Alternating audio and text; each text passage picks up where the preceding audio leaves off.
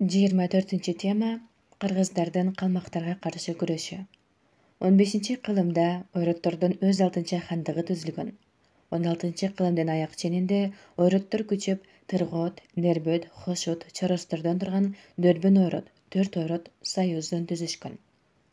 17-18 кылымдарда ойрот калмак баскынчылары Кыргызстанга кайра талоончул жортуулдарды уюштуруп турган.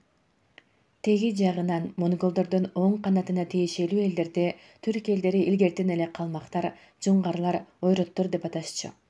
Ойроттор Монголиянын батыш тарабындагы кеңири аймакты ээлешкен.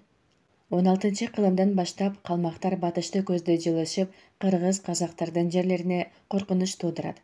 Кыргызстандын түндүк-чыгыш тарабын жерде турган Тагай бейдин урпактары менен алардын чек араларына жакындап келген калмактардын ортосунда мезгил менен кайгылышуулар болуп, эригишүү күчөгөн. Бул чабыштарда кыргыз колун баштаган Дөөлөс баатырдын эрдиктери Санжырада айтылып калган. 17-кылымдын биринчи чейрегинде кыргыз-казак ханы Эрешимдин тушунда туулган жылы белгисиз 1628-жылы каза болгон кыргыздар менен казактардын ынтымагы күчөп, баскынчыларга каршы биргелешип күрөшкөн. Бул мезгилде кыргыз-казактын биримдигин чыңдап, душманга сокку урууда кыргыз-казак ханы Эрешим, арка кыргыздарынын улугу Манабби, Жарбан баатыр, Чааби, Андияндык кыргыздарынын чыгаан жетекчиси Көкүмби жана башкалар көп күч жумшашкан. Кыргыз-казактын биргелешкен соккусунан улам калмактар Сибирге чегинүүгө аргасыз болушкан. 1627-жылы ойроттордун ынтымагы ыдырап, кийин калмак аталып кеткен Тыргооттор батышты көздөй Волгага, Хошуттар Тибетке көчүп конуш которот. Чоростор Жунгарияда калат. 1635-жылы ойрот калмактардын кубаттуу мамлекети Жуңгар хандыгы түзүлөт. Чачкындуу ойрот уруулары Эрдени Батур Коңтайшынын бийлиги алдында биригип, 1643-жылы алардын жер жайнаган аскери 50.000 аскери кыргыз-казактын жерине басып киришкен. Айылдарын талкалап, талап тоноп, андан ары Орто Азиянын ичкери жагына чапкынын улантат. Кийинки 1644-жылга чейин созулган бул кыргында кыргыз-казак калкы жан аябай салгылашышкан. Бир нече жылкы оор салгылашуудан кийин казак султаны Жангир менен Самарканд экими Жалаңтөш баатырдын бириккен колу жоого сокку уруп чегинүүгө мажбур кылган. Кыргыз-казактардын жуңгарлар менен кийинки кагылышуусу 1652-жылга туура келген. Кан сууда яккан осол салгылашта сансыз көп эрлер курман болгон. 1653-жылы Батыр Коңтайшы көз жумгандан кийин ойрот калмак төрөлөрүнүн ортосунда бийлик талашкан күрөш күчөйт. Ушул учурдан пайдаланып, Орто Азия акимдери калмактарга сокку урууну чечет. 1658-жылы Абдышүкүр башкарган өзбек колу 38.000 аскер Талас өрүнүнө келип, Кулан-Жылан деген жерде калмак аскери менен беттешет. Ошондо кыргыздар менен казактар өзбектерге кошулуп салгылашышкан. Бирок бул кармашта Абдышүкүр набыт болуп, бирдиктүү башкаруудан ажыраган кошуун чегинүүгө мажбур болот. Айыгышкан салгылашта дарманы кеткен калмактар аларды андан ары куугунтуктай албай калат.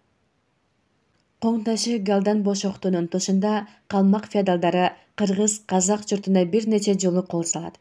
1678-жылы ал Орто Азия менен Чыгыш Түркстанды каратып алууга аракеттенет.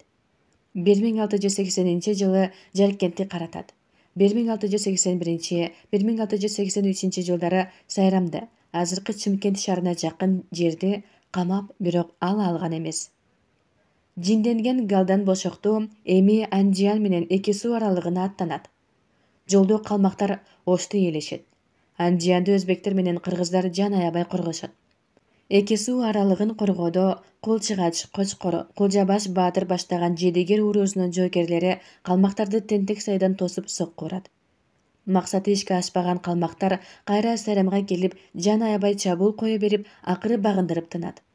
Миңдеген сайрамдыктар кул болушат. А кыргыз жерине көп күч жумшаганы менен калмактар өз бийлигин орното алган эмес. 1644-жылдан тартып калмактар өз көз каранды эместигин коргош үчүн Кытайды башкарып турган манжурлар менен кармашат. Бул согуш 1697-жылга чейин 55 жылга созулган. чыгышка жасаган жортуулуу ишке ашпаган соң Галдан Бошокту хан 1697 жылы өзүн өзү өлтүргөн.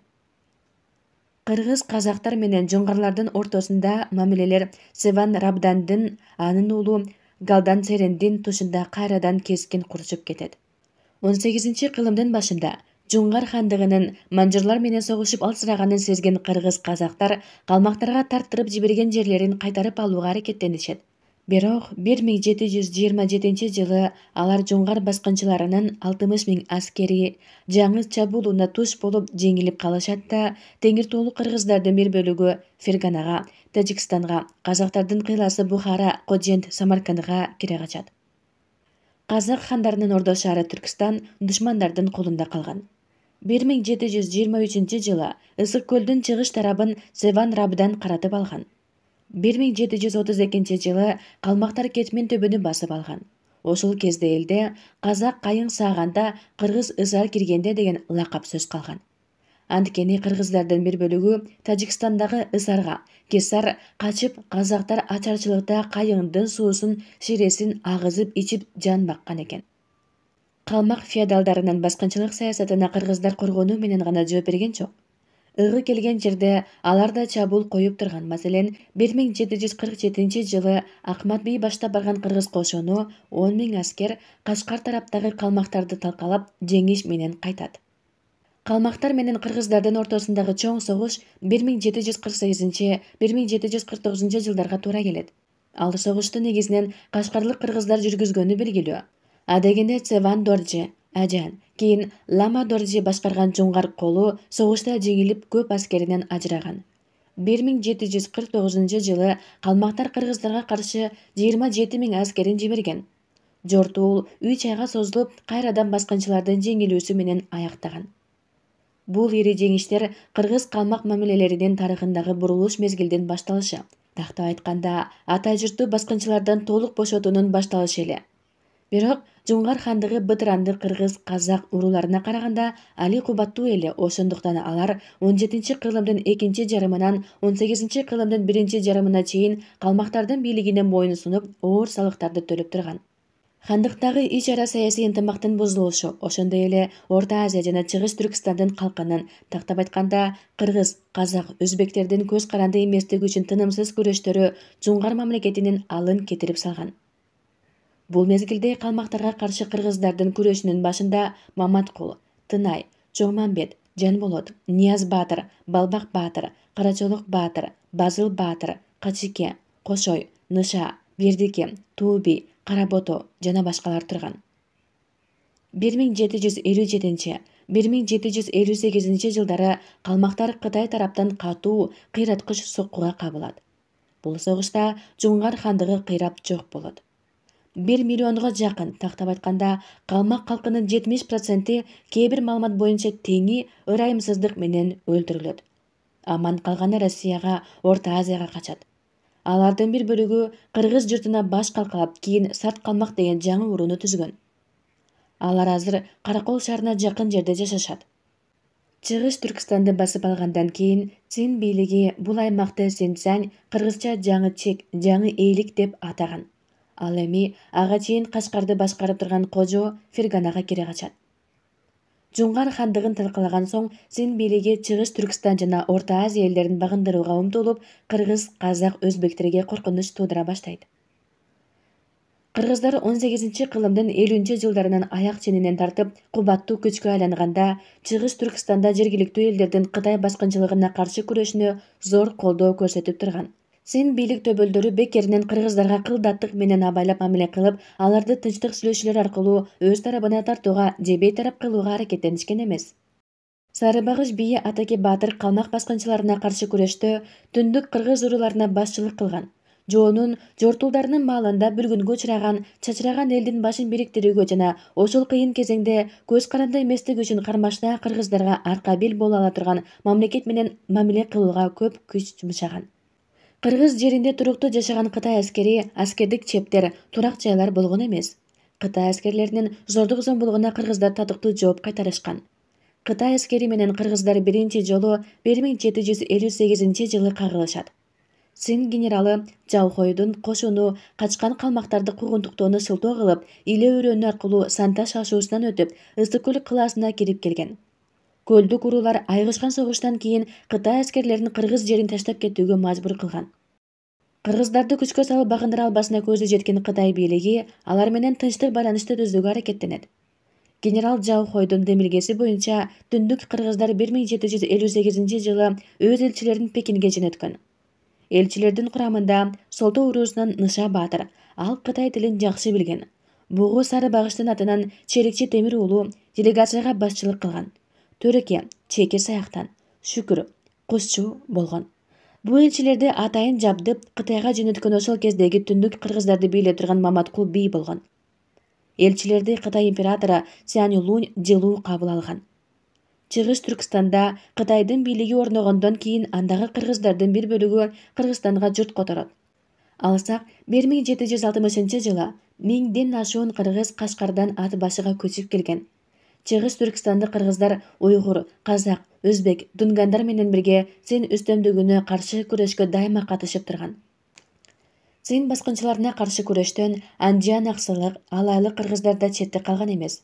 Алар өзбектер менен биргелешип душмандын мезин кайтарып турушкан. Мисалы, 1759-жылы кыргыз-өзбек колу Ферганага кирип келген манжур аскерлерине оор сокку урган. Натыйжада 9000 Кытай аскеринин 7000-и өлтүрүлгөн. Ошентип, Цин баскынчыларына каршы кыргыз, казак, өзбек элдеринин биргелешкен күрөшүнүн натыйжасында душман Орто Азияны басып ала алган эмес. Бул күрөш элдин эсинде эркиндиктин мезгили катары түбөлүккө сакталып калды. Манас эпосунун бөлүмдөрүндө жана кенже эпостарда манжурлар менен болгон көптөгөн салгылашуулар баяндалат.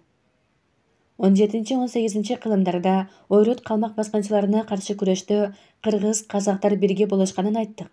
Бирок Жуңгар хандыгы кыйрагандан кийин эзелтин ирегелеш жашаган эки элдин ынтымагына доо кеткен.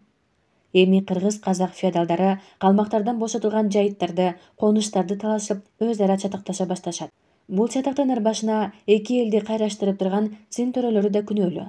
Бул чатактан кыргыз-казак калкы чоң запкы тартты. Көңүл бурганыңыздарга чоң рахмат.